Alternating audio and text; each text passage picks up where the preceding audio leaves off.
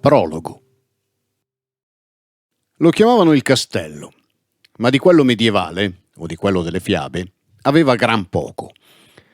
Somigliava più a una selva di grattacieli, come quelli delle metropoli americane, ma senza dettagli.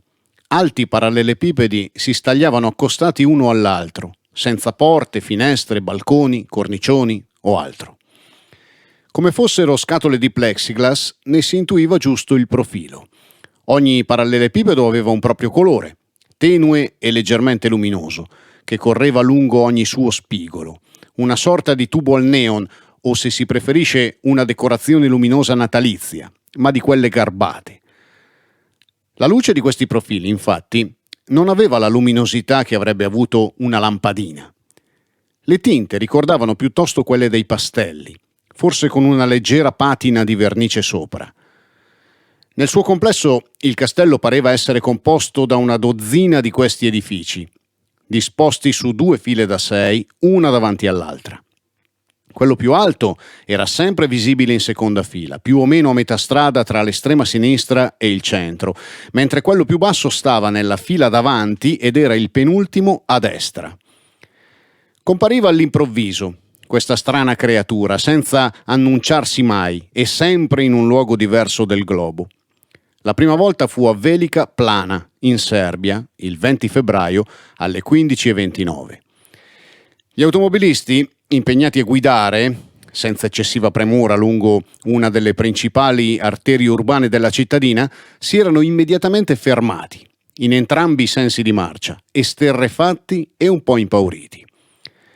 Mantenendo una certa distanza di sicurezza, almeno così la interpretarono, avevano osservato stagliarsi nel cielo velato del pomeriggio quella strana costruzione, troppo eterea per essere qualcosa di veramente solido, ma troppo dettagliata per essere uno scherzo della nebbia o delle nubi. Comparve più o meno all'altezza dello Stari Gradski, il parco del centro, distante un centinaio di metri dai binari della ferrovia, e i suoi colori, non particolarmente accesi, sembrarono quelli giusti per inserirsi gradevolmente nelle tinte non troppo vivide del paesaggio attorno. Si fece vedere a una distanza di qualche centinaio di metri. Rimase lì, immobile e silenziosa per 5 lunghissimi minuti. Dopodiché sparì, di nuovo senza fare alcun rumore, dissolvendosi nell'aria in pochi secondi. Molti rimasero talmente attoniti e pietrificati da non pensare nemmeno per un istante al proprio telefono. Ma altri, forti dell'abitudine ormai consolidata in anni di esperienze social, estrassero il loro dispositivo e immortalarono il castello. Cosicché, già poche ore dopo, la notizia campeggiava sui siti web di tutte le principali testate mondiali di informazione.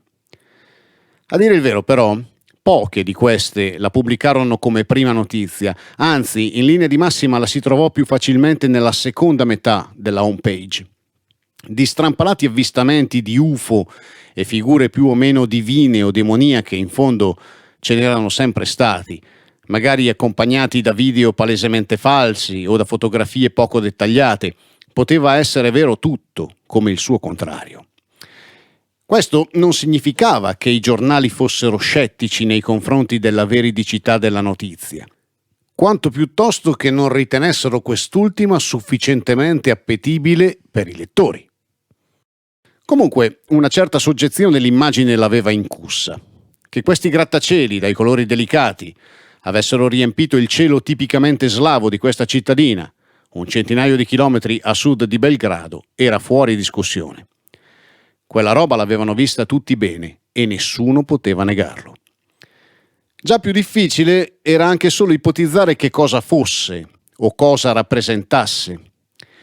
I beghini ci videro subito un messaggio di Dio, mentre altri tendevano a ritenere più probabili 2 ulteriori ipotesi, quella del fenomeno fisico e quella della trovata geniale di qualche burlone.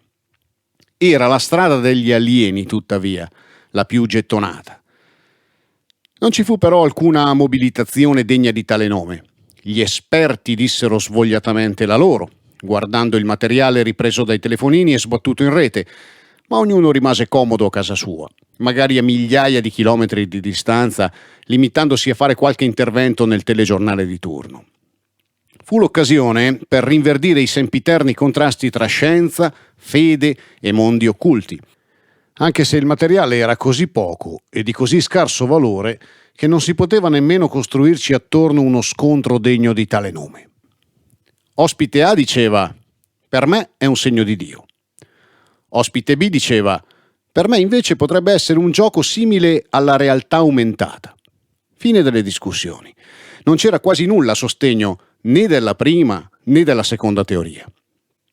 Quando però il castello ricomparve, 10 giorni dopo, il 2 marzo, alle 17:02 a Puerto Francisco de Orellana, in Ecuador, il turbamento fu un po' maggiore, anche se i filmati furono assai meno di quelli serbi. Ne arrivarono giusto un paio, torbidi pure quelli. Ma da quel che si poteva intuire, la figura che si stagliava appena fuori dalla zona abitata di quel villaggio di cemento e catapecchie pareva essere esattamente la stessa di Velika Plana. Fu così che qualcuno iniziò a pensare a uno strano fenomeno, legato alla composizione dell'aria.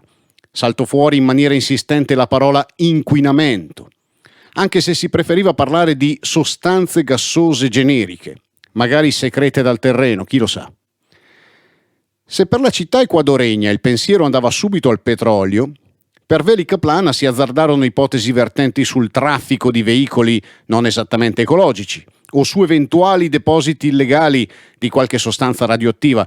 Qualcuno timidamente tirò fuori addirittura la guerra fredda. Le azioni del Partito dei Credenti guadagnarono qualche punto percentuale alla borsa delle fedi, mentre l'argomento iniziò a farsi via via largo nelle discussioni dei bar.